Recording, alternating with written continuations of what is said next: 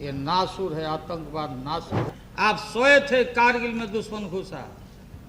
जब एक एक लाश बिहार रेजिमेंट का जाता था महोदय, हमारी सरकार थी वहाँ, कंधा में लगाता था, राबड़ी देवी लगाती थी, ऐलान किया कि बहादुरों पीछे मत देखना।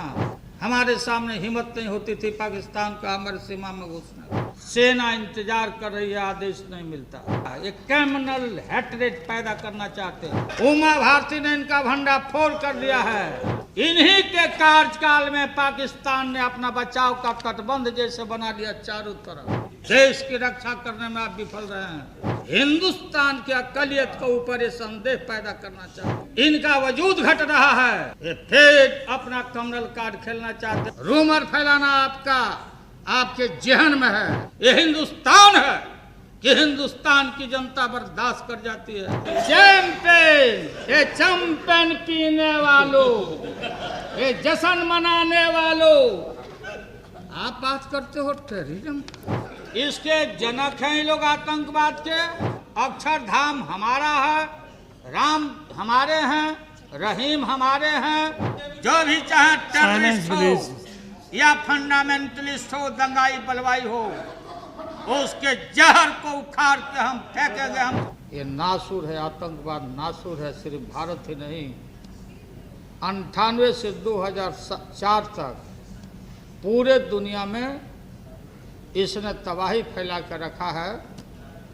और भारत में खास करके मुझे अफसोस है, मेरा दल राष्ट्रीय जनता दल, जिस छोटे दल से मैं आता हूँ, बाबरी मस्जिद घटना के बाद, ढहाने के बाद, मैंने कहा था चाहे कोई नाराज रहे या खुश रहे, लेकिन हमारा अप्रहेंशन था कि अगर मस्जिद गिरेगा तो हमारा मंदिर भी बचने वाला नहीं है। मंदिर गिरेगा तो मस्जिद, गिरजाघर, गुरुद्वारा बचने वाला नहीं है। लेकिन मुझे अफसोस है महोदय कि हम लोग जब कोई घटना होती है तो जो सरकार होती है उसके खिलाफ खड़ा होकर के हम लोग जो बात बोलना चाहते बोलते हैं। सीरीज ऑफ द इंसिडेंट, दुर्भाग्य रहा इस देश का कि हमने अडवाणी जी को गृह मंत्री बना करके और जम्मू कश्मीर का प्रभार दिया। देश ने भूल किया है महोदय। और बाबरी मस्जिद के बाद की घटनाओं को लगातार आप देखेंगे तो सीरीज ऑफ दी जो इंसिडेंट हुआ है, ये सारी घटनाएं वहाँ से पैदा होती है। और ये गालियाँ दी गई चारों तरफ देश भर में, भले कोई बोले या ना बोले। बाबर के औलादों, बाहर आओ, हिंदुस्तान छोड़ो। और रामशीला पूजा से लेकर के बाद किसी के भी इबादत के स्थान को ध्वस्त करना, बहुत चाहे लाख कानून बना दीजिए, कोई भी नियम बना दीजिए, इस देश को हमने स्वीकार किया, हमारे संविधान ने। धर्मनिरपेक्ष राष्ट्र होगा, लेकिन हम शीला पूजन में और राम रथ हम निकालते हैं, जुलूस निकालते हैं। जिन्होंने जो, मुझे अफसोस है कि जो मुजरिम है बाबरी मस्जिद, प्लीज साइलेंस, वो कार्य स्थगन लाते हैं। यह देश है भारत देश महोदय। इस भारत में चाहे गुजरात और गोधरा से लेकर के और हमारे इस मंदिर पर हमारी सरकार है, इसलिए कहा जाता कि कहाँ थी खुफिया, कहाँ थे लोग, कहाँ थे आप सोए थे, कारगिल में दुश्मन घुसा। जब एक एक लाश बिहार रेजिमेंट का जाता था महोदय, हमारी सरकार थी वहाँ, कंधा में लगाता था, राबड़ी देवी लगाती थी, ऐलान किया कि बहादुरों पीछे मत देखना, पूरा बिहार और देश तुम्हारे साथ में है, माँ की रक्षा करना, शहादत देने पर 10 लाख रुपया एक को नौकरी और तुम्हारे नाम पर हम बिहारवासी भले गरीब और गुर्बत में रहते हुए माँ का देखना महोदय, रक्षा करना। हमारे कारगिल जो हमारा स्ट्रेटेजिक पॉइंट हो सकता है, किसकी सरकार थी? हमारे सामने हिम्मत नहीं होती थी पाकिस्तान का हमारे सीमा में घुसने। राष्ट्रभक्ति का दुहाई देने वाले लोगों का शासन, जम्मू कश्मीर के प्रभारी अपोजिशन लीडर, पैनिक किया गया चारों तरफ सारे जगह महोदय।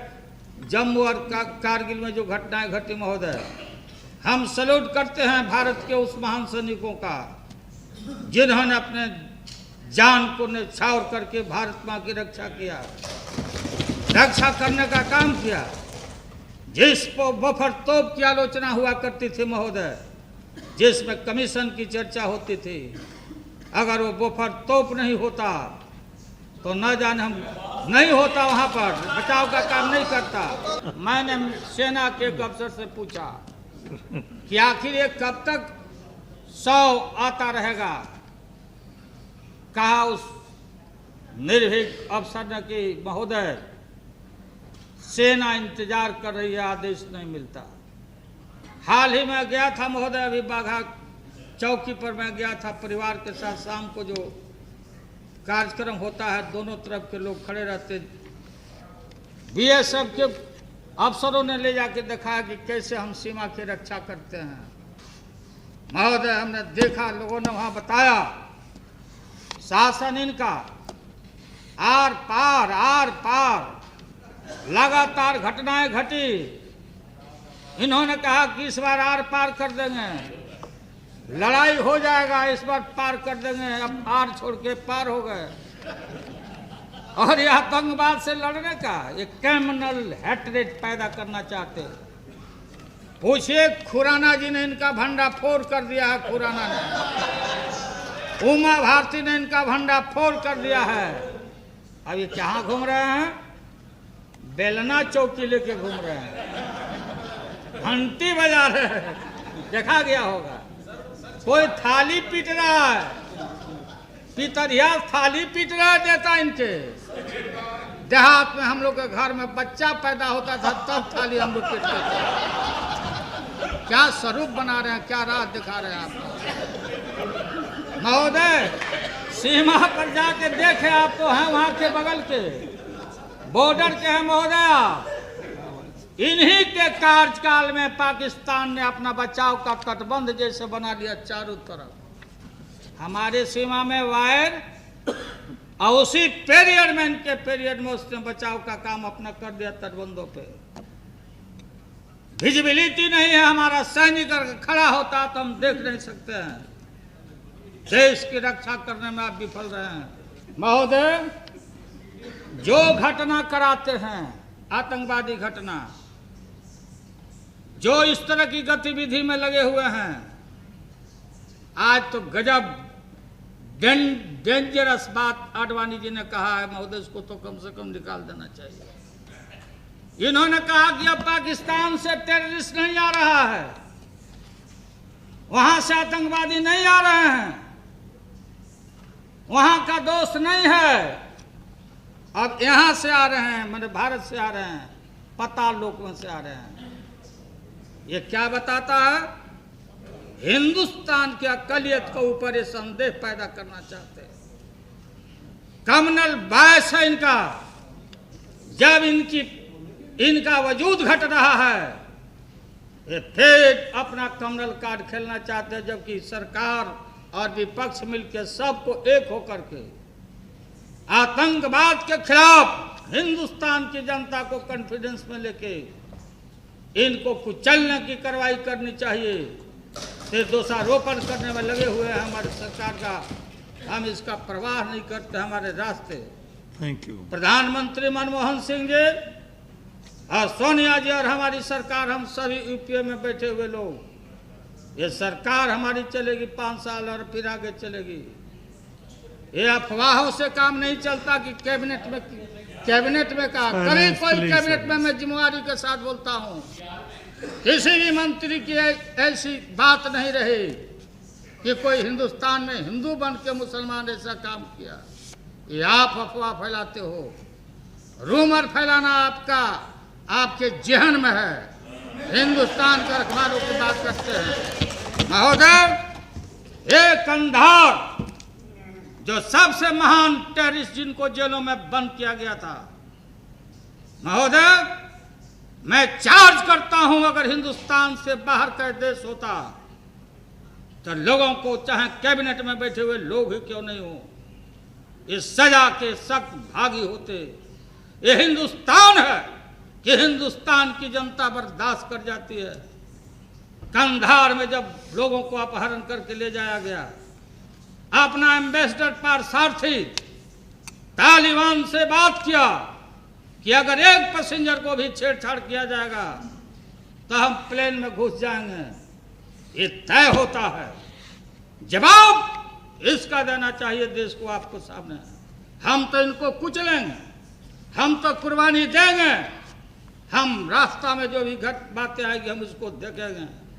लेकिन जाके कंधार में दो मंत्री जाते हैं और छोड़ के आते हैं, और छोड़ के ही नहीं आते, वहां पर दक्षिणा दे के भी आते हैं तालिबान। ये देश दूसरा होता तो माफ नहीं करता महोदय। ये मैं पढ़ के सुनाता हूँ, अंग्रेजी ज्यादा मैं नहीं जानता हूँ, टूटी फूटी भाषा में ही मैं जो बोल पाऊंगा। मैं सभी लोगों से अनुरोध करता हूँ, इस किताब को आप लोग भी पढ़ लीजिएगा।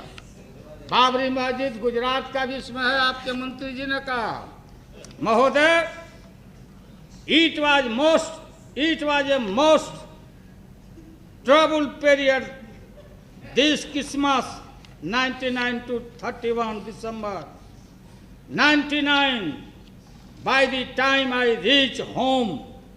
बोलते वहां से छोड़ के आए, दक्षिणा दे के जब आए, जब हम घर पहुंचे, and share a glass of champagne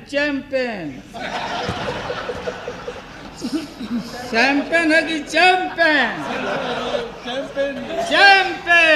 ये चैंपेन पीने वालों, ये जश्न मनाने वालों, आप बात करते हो टेररिज्म। डेंजरस टेररिस्ट को आपने छोड़ करके नगद नारायण देते और शैंपेन पीते हो कि हम छोड़ाए।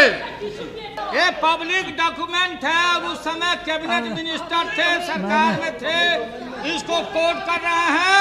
मैंने अगर ये गलत बात हो तो हमारे ऊपर जो भी कार्रवाई करना आप करिए। मैं जिम्मेवारी के साथ में कोट किया जो पड़ा हो। इसके जनक हैं ये लोग आतंकवाद के, पूरा इनके जहन में है कम्युनलाइज करना मुल्क को। सरकार को सहयोग करना चाहिए था। अक्षरधाम हमारा है, राम हमारे हैं, रहीम हमारे हैं, कबीर हमारे हैं, लेकिन ये उनके नहीं है। ये जो कमीशन बैठा वो कमीशन का नाम है लिम्राहन कमीशन। अडवाणी जी की आदत है बार बार रथ निकालते हैं।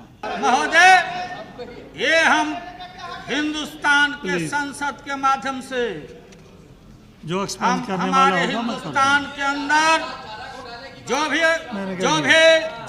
तत्व, जो भी चाहे टेररिस्ट हो या फंडामेंटलिस्ट हो, दंगाई बलवाई हो, उसके जहर को उखाड़ के हम फेंकेंगे। हम और चाहे जो भी है घटना में जो तल्लीन है, और गोधरा में और गुजरात के दंगा के बाद जो आने वाले हैं, सख्त से सख्त हिंदुस्तान की जनता सजा देगी। हम घोटना टेकने वाले नहीं हैं, हम रगड़ मारेंगे। हम हिंदुस्तान ने बहुत सी कुर्बानियां देखी है, और ये लोग दंगा कराना चाहते, बवाल कराना चाहते।